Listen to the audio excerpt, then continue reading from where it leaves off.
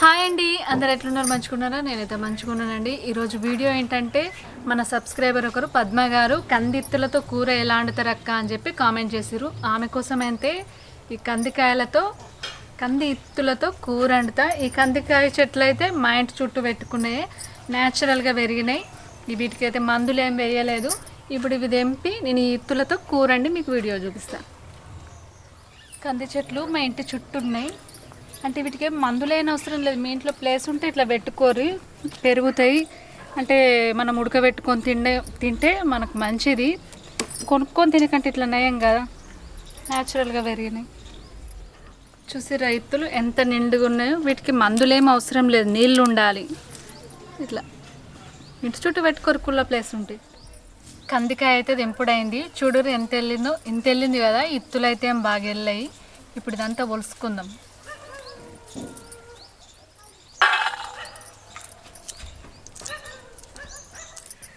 కందిత్తులు అయితే ఒలుసుడు అయిపోయింది.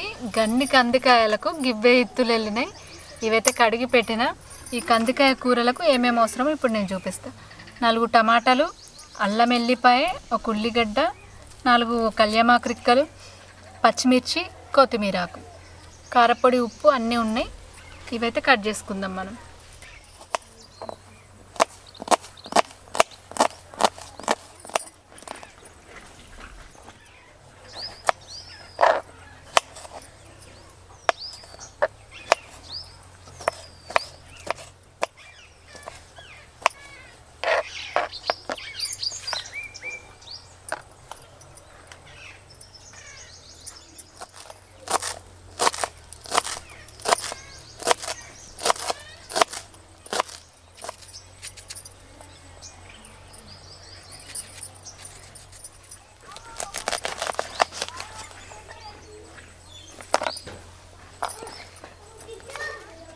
ఇప్పుడు మనం అల్లం ఎల్లిపాయ దంచుకుందాం.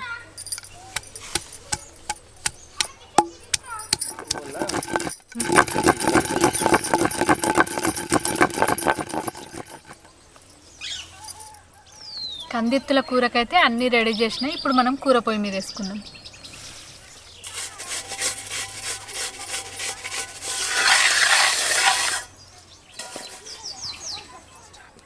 గిన్నె అయితే వేడైంది. కందికాయ కూరకు నూనె పోసుకుందాం. 2 పావులు నూనె అయితే వేడైంది. ఒక చిన్న చెంచాడు ఆవాలు, అలాగే జీలకర్ర. ఇవి వేగినాయి కదా, ఇందులోనే ఉల్లిగడ్డలు వేసి మంచిగా కలుపుకుందాం.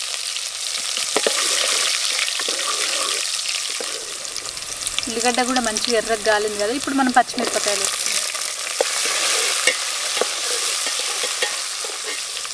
పచ్చిమిరపకాయ కూడా మంచిగా గోలింది. ఇప్పుడు కళ్యామాకు వేసుకుందాం.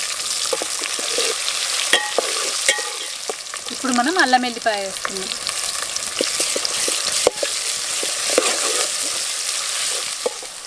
ఇవన్నీ మంచిగా గోలినాయి కదా. ఇప్పుడు మనం పసుపు వేసుకుందాం దీంట్లో.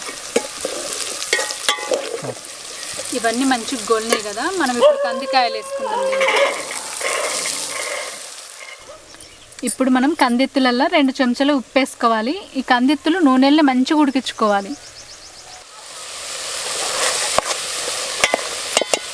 చిన్నగా మంట పెట్టి ఒక 2 నిమిషాలు ఉడికించుకుందాం.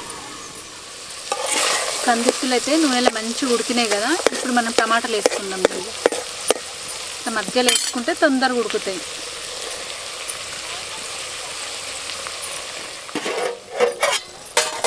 చూసారు కదా, టమాటా అయితే ఇలా మెత్తగా మంచిగా ఉడికింది. మధ్యలో వేస్తే తొందరగా ఉడుకుతుంది.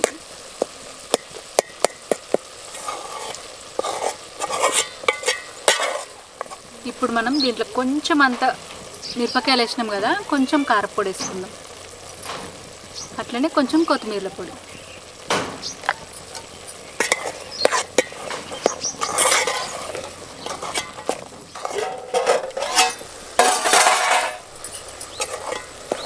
కదా, కందిత్తులు అయితే మంచిగా ఉడికినాయి. ఇక మనం కొత్తిమీర ఆకేసుకొని దించేసుకుంటామంటే కూర రెడీ.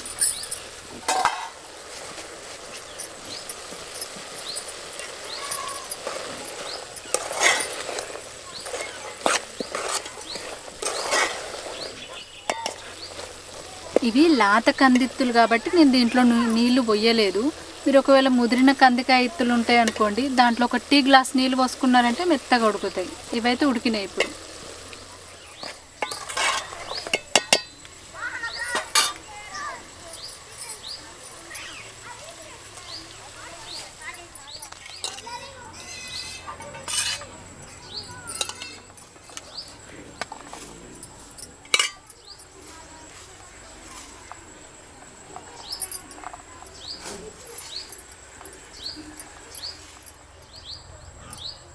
చూసారు కదా, ఇత్త అయితే మెత్తగా ఉడికింది. ఇట్లా వండుకోవాలి. చూసారు కదా, కందికాయ ఇత్తుల కూర అయితే సూపర్ టేస్ట్ ఉంది. మీరు కూడా ఇంట్లో అంటే ప్లేస్ ఉన్న వాళ్ళైతే ఇంటి చుట్టూ పెట్టుకోర్రి, న్యాచురల్గా కాయగా వస్తుంది, ఇత్తులు వండుకోవచ్చు. అదే పెరన్లలో అయితే ఖచ్చితంగా వాళ్ళు మందులు వేస్తారు చెట్లకు. మనమైతే ఏం మందులు వేయలే, న్యాచురల్గా కాసింది. ఇంకా కూడా కాయ ఉంది, కొన్నే తెంపిన నేను. ఇంకొక 2-3 సార్లు అవుతుంది. మళ్ళీ మేము ఉడకబెట్టుకొని కూడా తింటాం. మీరు ఇట్లా లేని వాళ్ళు ఏం చేస్తారంటే మార్కెట్లో ఇప్పుడు దొరుకుతుంది కదా, తెచ్చుకొని ఇలా వండుకొని తినరు. సూపర్ టేస్ట్ ఉంటుంది. అచ్చం మనం బఠానీల కూర అనుకుంటాం చూడండి, పచ్చి బఠానీలు సేమ్ అట్లే ఉంటుంది. మస్తు టేస్ట్ ఉంటుంది. చూసిరు కదా మా వీడియో కనుక నచ్చినట్టయితే లైక్ చేయండి, షేర్ చేయండి. అలాగే మా కూర గురించి ఒక కామెంట్ చేయండి. అంతవరకు బాయ్. నేనైతే తింటా.